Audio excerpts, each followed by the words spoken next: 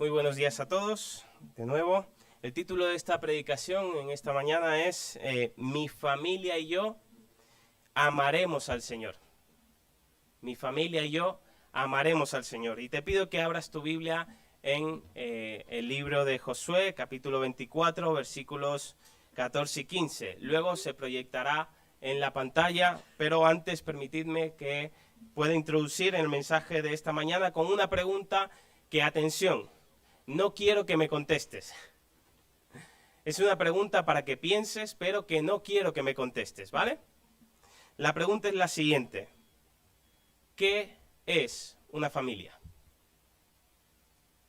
Piénsalo. ¿Qué es una familia y por quién o quiénes está formada?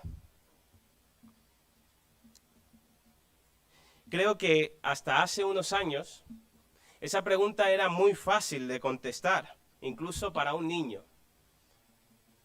Podríamos decir que la familia es la unidad básica de la sociedad y que estaba formada, antes diríamos, normalmente, por un matrimonio entre un hombre y una mujer, que en la mayoría de casos tenían o en un futuro iban a tener hijos. Eso era lo que aseguraba la continuidad de una sociedad. Sin embargo, hoy en día es mucho más difícil de definir qué es una familia, o al menos por quiénes está compuesta. De hecho, el día 28 de marzo de este año, 2023, se aprobó en el Congreso de los Diputados la llamada Ley de Familias. Esta ley surge, dice el gobierno, para solucionar los problemas a los que se enfrentan los trabajadores a la hora de conciliar la vida laboral y familiar. He leído un poco de esta ley y en verdad he encontrado medidas buenas buscando soluciones, es decir, no todo es malo. De hecho, hay varias medidas que son muy buenas, muy positivas, muy necesarias.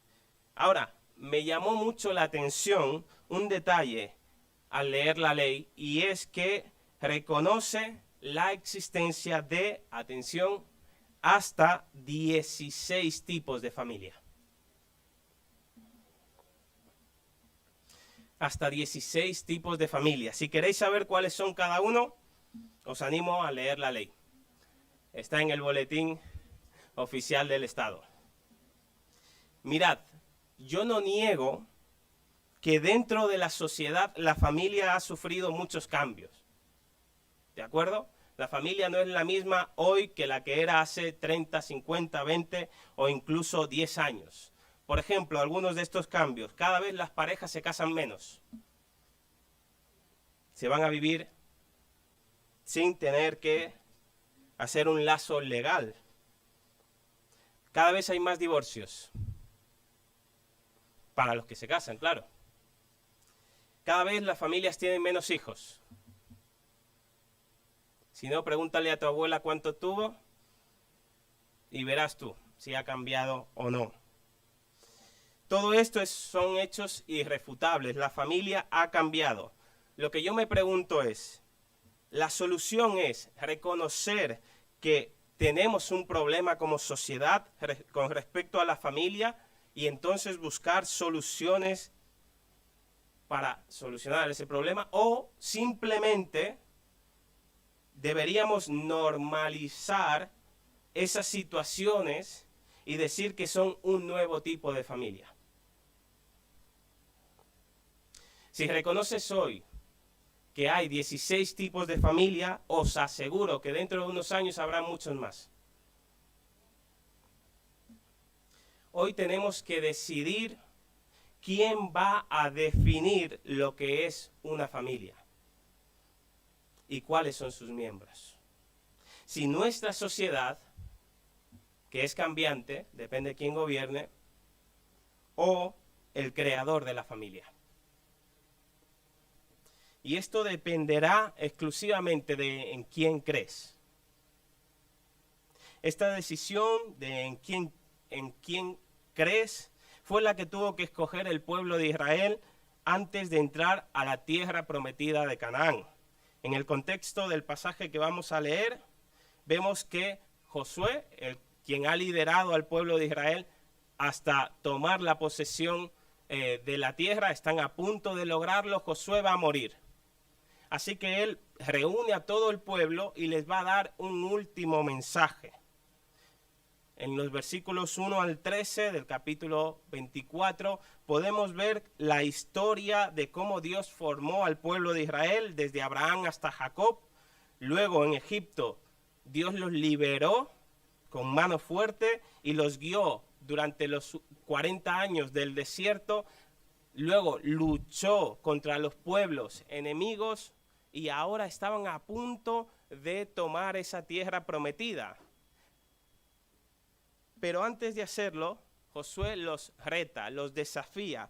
Les dice, antes de entrar a la tierra prometida, tenéis que decidir qué vais a hacer, a qué Dios vais a servir.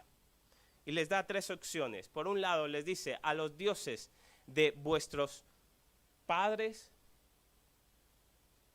o a los dioses que de las personas de las tierras de Canaán o a Jehová. Esas son las 3 opciones. En esta mañana yo espero que este no sea mi último mensaje antes de morir, pero me gustaría desafiarte con la misma pregunta que Josué desafía al pueblo de Israel. ¿En quién vas a creer? ¿En quién vas a poner tu confianza? Y te voy a dar exactamente las 3 opciones que Josué le da al pueblo. En los dioses del pasado, en los dioses del presente o en Jehová. Esas son las 3 opciones. Te invito a leer conmigo Josué capítulo 24, versículos 14 y 15. Dice así la palabra del Señor. Ahora pues, temed a Jehová y servidle con integridad y en verdad. Y quitad de entre vosotros los dioses a los cuales sirvieron vuestros padres al otro lado del río y en Egipto, y servid a Jehová. Y si mal os parece, servid a Jehová, escogeos hoy a quién vais a servir. Si a los dioses a quienes sirvieron vuestros padres cuando estuvieron al otro lado del río, o a los dioses de los amorreos en cuya tierra habitáis. Pero yo y mi casa serviremos a Jehová. La palabra servir, que hemos visto, Josué anima al pueblo, escoge a quién vas a servir. Es sinónimo de a quién vas a amar, en quién vas a confiar, porque no se puede servir a nadie a quien no ames. Así que cuando ves la palabra aquí servir, es a quién vas a entregar tu vida, en quién vas a confiar. Recuerda, esta es la pregunta para ti y para mí en esta mañana. Tenemos 3 opciones, los dioses del pasado, los dioses del presente o a Jehová. Empecemos con la primera opción, los dioses del pasado. Josué menciona que los padres del pueblo de Israel sirvieron a otros dioses al otro lado del río. Esto lo dice en el versículo 2 de una manera más clara. Fíjate, versículo 2 de Josué 24. Y dijo Josué a todo el pueblo, así dice Jehová, Dios de Israel, vuestros padres habitaron antiguamente al otro lado del río, esto es Taret, padre de Abraham y de Nacor, y servían a dioses extraños. Abraham fue criado en una ciudad llamada Ur de los Caldeos. Allí su padre y toda su familia adoraban a los dioses de aquella tierra. No fue hasta que Dios tuvo un encuentro personal con Abraham que él dejó de adorar a esos dioses para convertirse a Jehová. Así que Abraham, junto con toda su familia, era un idólatra. Adoraba a otros dioses. Pero Abraham es que adoraba a los dioses de sus padres y probablemente sus padres a los de sus padres. Era algo generacional. Eso era lo que le habían enseñado. Y esto me lleva a mí a pensar a nuestros padres, y permitidme incluirme, pero a nuestros padres en España. A ellos en el pasado no se les dio la opción de elegir a quién adorar. porque a lo largo de muchos siglos España fue una nación católica y por ende todos sus ciudadanos también lo eran. Ya en una ocasión os compartí esta cita del artículo 12 de la Constitución de Cádiz de 1812, pero os lo vuelvo a leer. Dice este artículo: la religión de la nación española es y será perpetuamente la católica, apostólica, romana, única verdadera. La nación la protege por leyes sabias y justas y prohíbe el ejercicio de cualquier otra.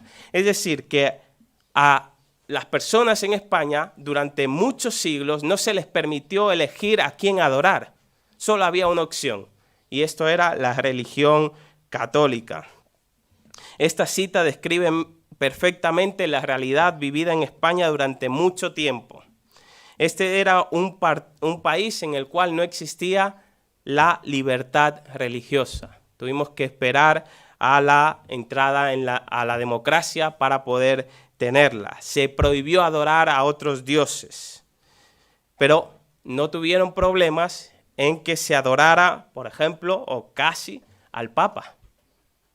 Su palabra era irrefutable, por lo tanto era casi adorar a una persona, o a los reyes. ¿Quién podía decir algo contra los reyes? A los santos, a sus tradiciones. Esto os puede parecer lejano, pero piensa en con qué religión se identifican las personas mayores de este país. O en quién creían tus abuelos o tus tatarabuelos. Esos eran los dioses que yo considero del pasado, aquellos que se transmitían de generación en generación y no tenía otra opción de elegir a quién ibas a adorar. La familia siempre adoraba al mismo Dios. Pero ya hemos hablado de los dioses del pasado, pero tienes otra opción, que es adorar a los dioses del presente, nuevos dioses. Te han dado libertad religiosa y ahora puedes elegir, y hay dioses muy atractivos. Punto 2, los dioses del presente. Josué menciona al pueblo que ellos van a tomar posesión de la nueva tierra y allí los habitantes de aquel lugar tienen otros dioses que no son los dioses de sus padres. Dioses como Baal, Asera o Moloch son parte de la historia del pueblo de Israel. Dioses que ellos empezaron a adorar, que no conocían, pero al entrar en la tierra prometida empezaron a adorar. Este último, atención, Moloch, es un dios aberrante. ¿Por qué? Exigía que se sacrificaran niños para adorarle. Y es ahí cuando en la Biblia vemos algunas veces decir que alguien pasó por fuego a su hijo. Eso quiere decir que lo sacrificó en fuego para adorar a este dios, Moloch, dios aberrante, pero que aún así muchos del pueblo de Israel creyeron en él y le adoraron. Ahora, tú y yo no hemos conquistado ninguna tierra, de momento, pero en la actualidad han surgido nuevos dioses que son muy atractivos y que nuestra sociedad adora, aunque ellos no lo admitan. Os menciono algunos de ellos. Por ejemplo, la fama. ¿A quién no le gustaría ser famoso? Si no, pregúntale a los jóvenes, a los adolescentes. ¿A quiénes siguen? A los que son Instagramers, YouTubers, influencers. Todos aquellos que de una manera nueva, pero les están siguiendo, les están adorando. Cada vez que das clic, que haces una visualización sobre el vídeo de una persona, permíteme que te diga que le estás adorando, le estás siguiendo. Y cuando te llega la notificación al móvil de que tal persona ha subido un nuevo vídeo, tengo que verlo. La fama, seguimos a personas o a los futbolistas.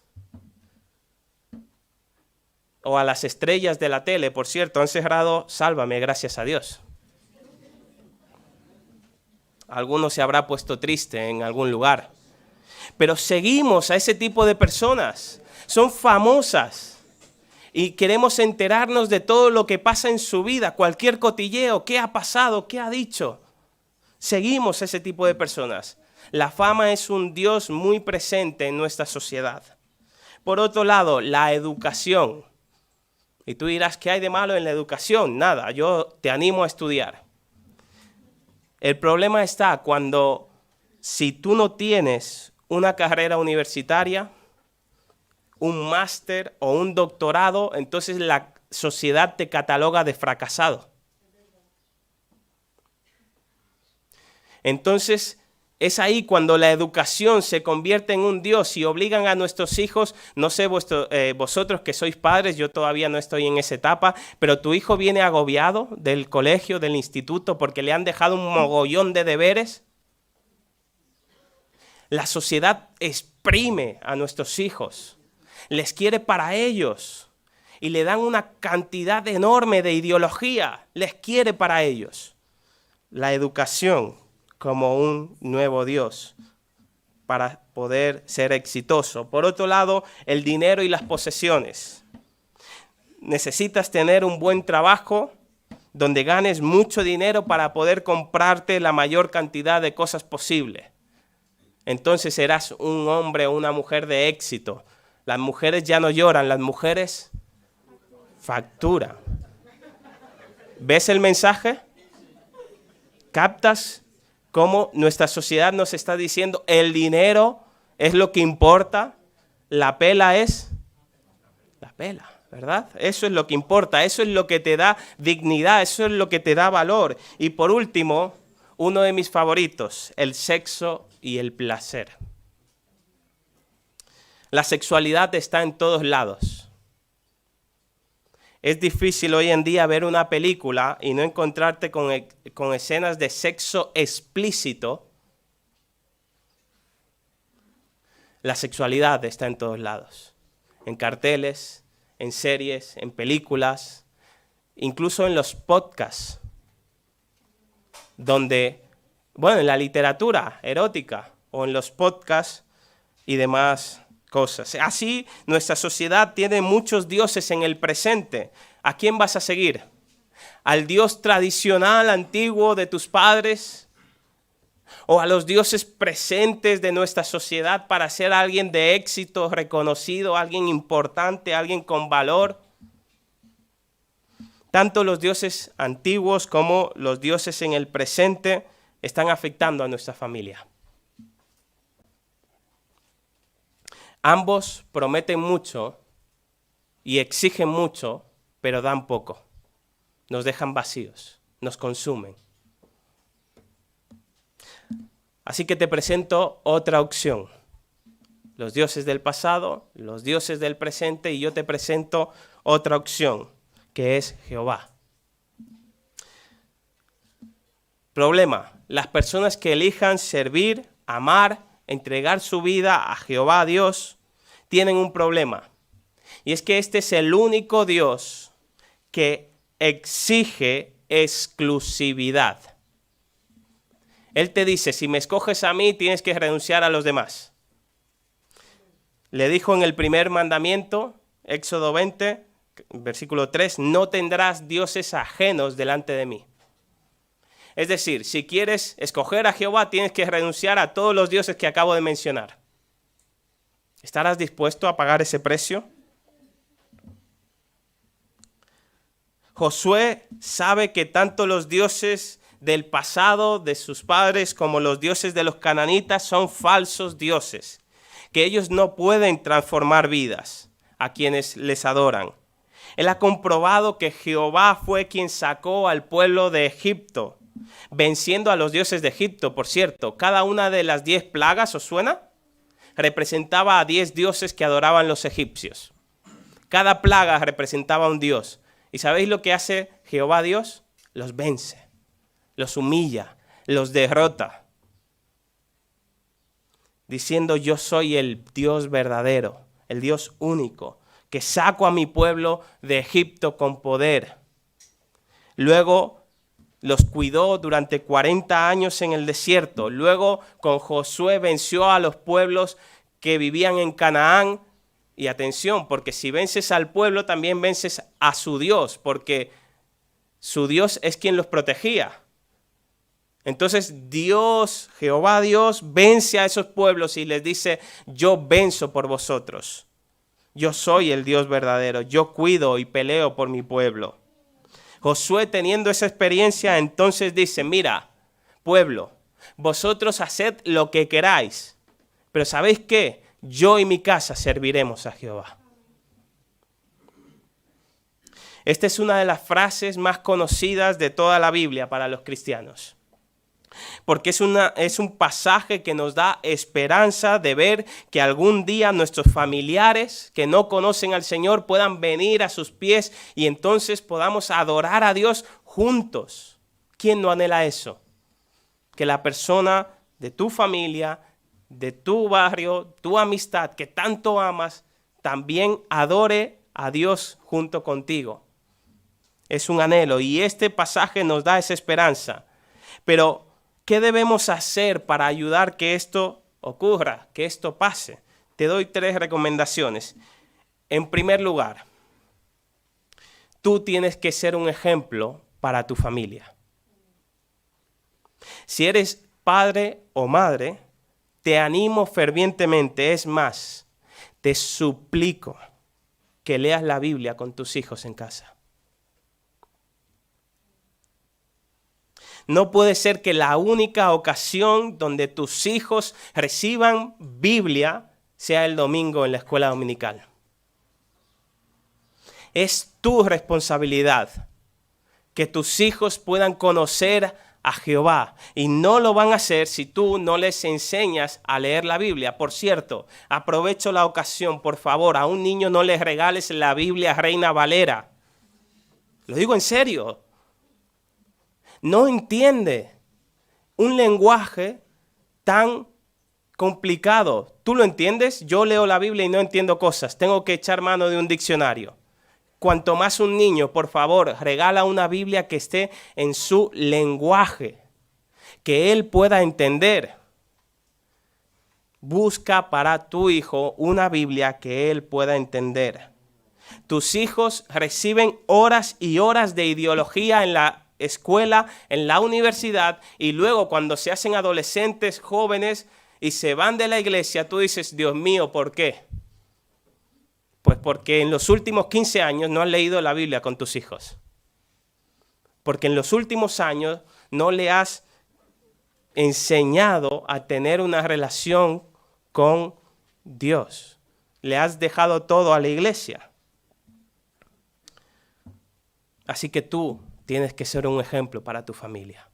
Cuando hablo de familia, no hablo solo de los padres hacia los hijos, porque marido, tú tienes que ser un ejemplo para tu mujer, y mujer, tú tienes que ser un ejemplo para tu marido.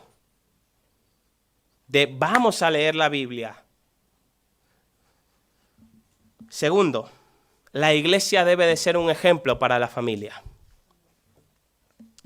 Si bien es cierto que la tarea de enseñar la Biblia a los niños, a los hijos, es de los padres de una manera principal, la iglesia también tiene la responsabilidad de cuidar y enseñar a los niños. Esto es de manera simbólica, se hace muy bien cuando en la iglesia hacemos una presentación de un niño. ¿Os acordáis, por ejemplo, la del año pasado de mi hijo David?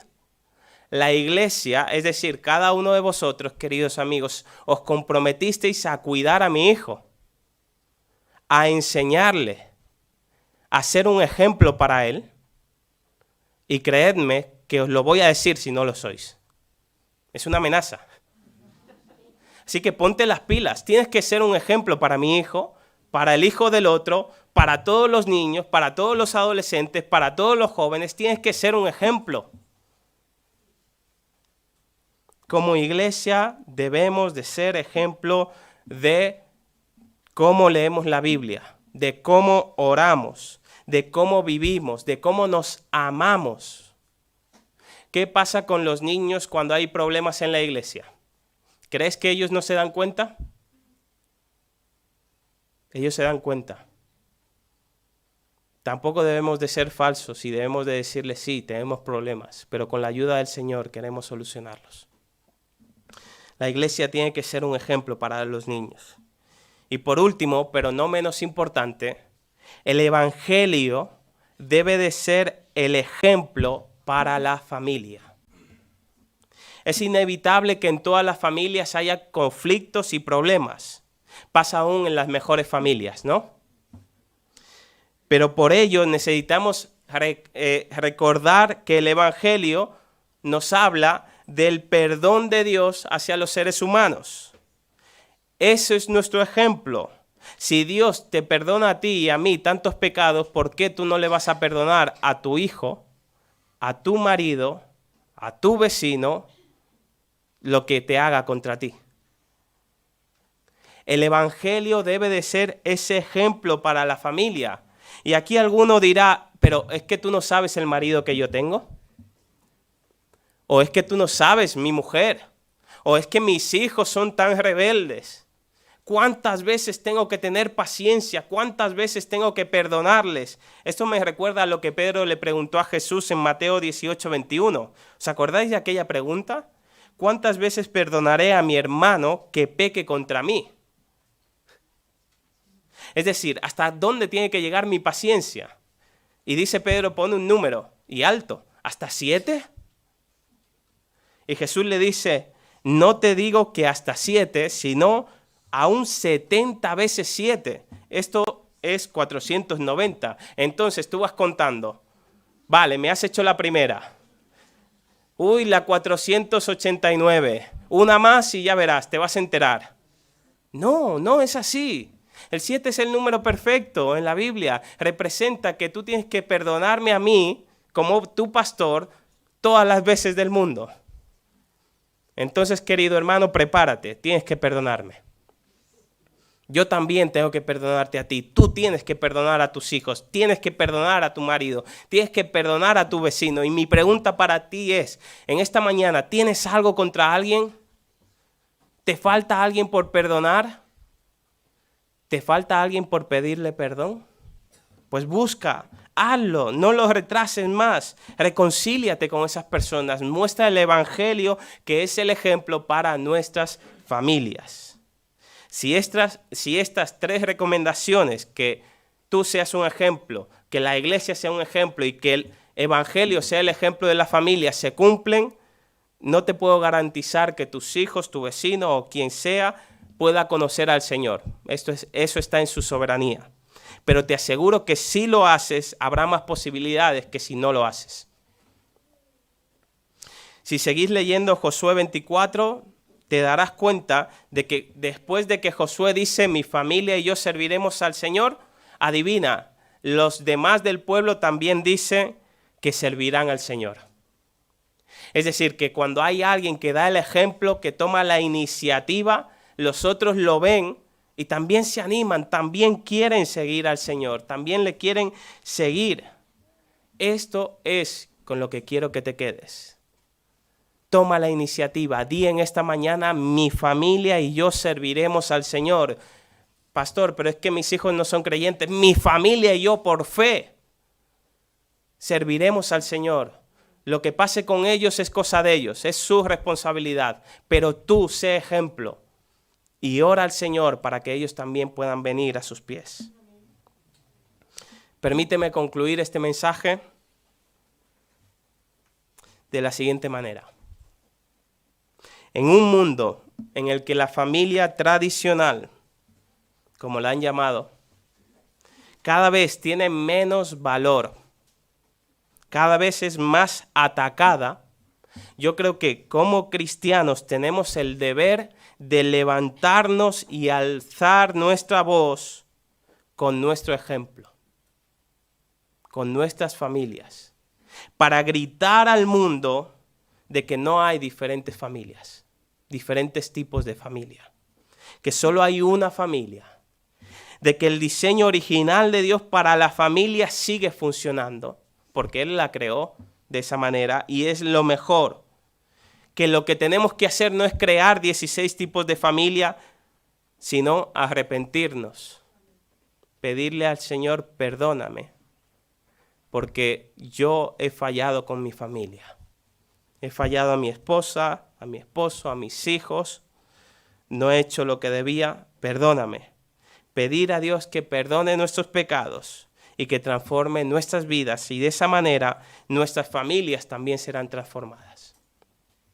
Por último, un mensaje para aquellas familias que por una u otra circunstancias se han roto. No quiero ser insensible ante la realidad y el dolor que estas familias pueden estar pasando. Así que te digo, si tu matrimonio se rompió, si tus hijos se fueron de casa por su rebeldía, o si fallaste como padre, quiero decirte que Dios no se ha olvidado de ti.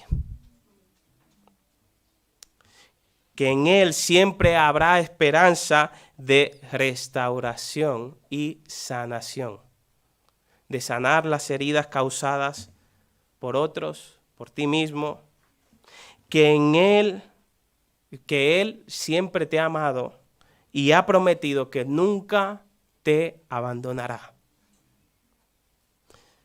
Dice el Salmo 27:10, aunque mi padre y mi madre me dejaran, con todo Jehová te recogerá. Él te ha dado una familia espiritual a la cual pertenecer, que es la iglesia, así que no estás solo, sola. Y si es su voluntad, Él te puede dar una nueva familia para formar un hogar. Puedes restaurar esas heridas del pasado.